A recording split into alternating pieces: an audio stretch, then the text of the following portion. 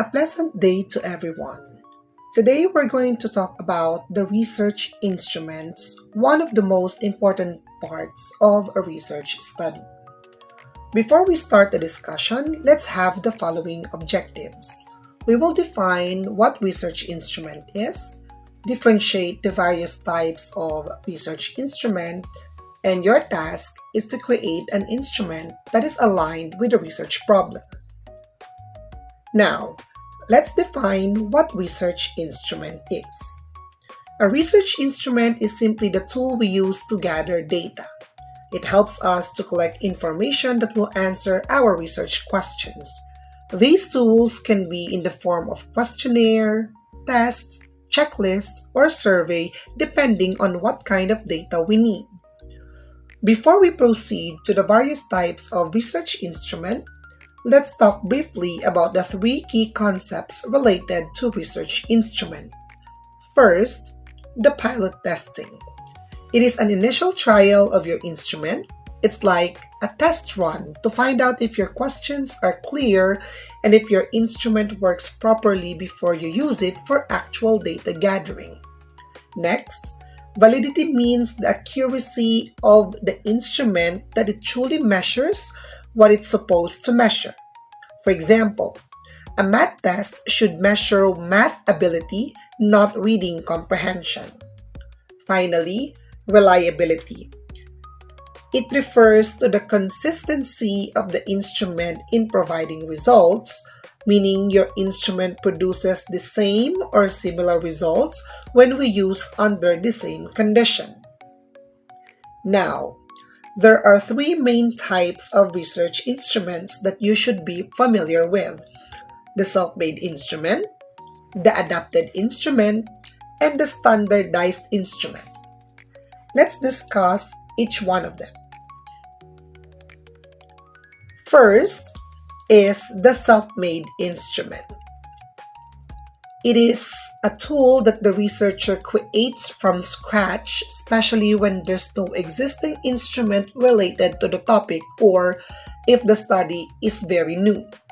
For example, if you're studying something new like students' motivation during online classes in rural areas and no previous study or survey exists, then you need to design your own questionnaire.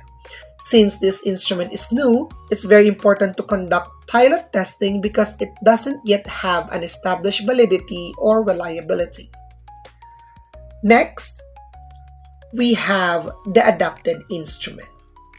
This type of instrument is taken from an existing one but modified to fit a new context, culture, or group of respondents.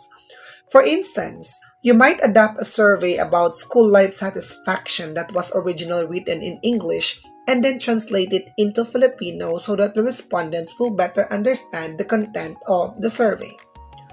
Even though the original version is valid and reliable, the moment you make changes in the instrument makes it to qualify for pilot testing, because the translation or modification might affect how respondents understand the question. It is also important to remember that when we do pilot testing, you need to have at least 20 or 30 people to test the instrument that you modified. Finally, we have the standardized instrument. This is a tool that has already been tested, validated, and widely used in many studies.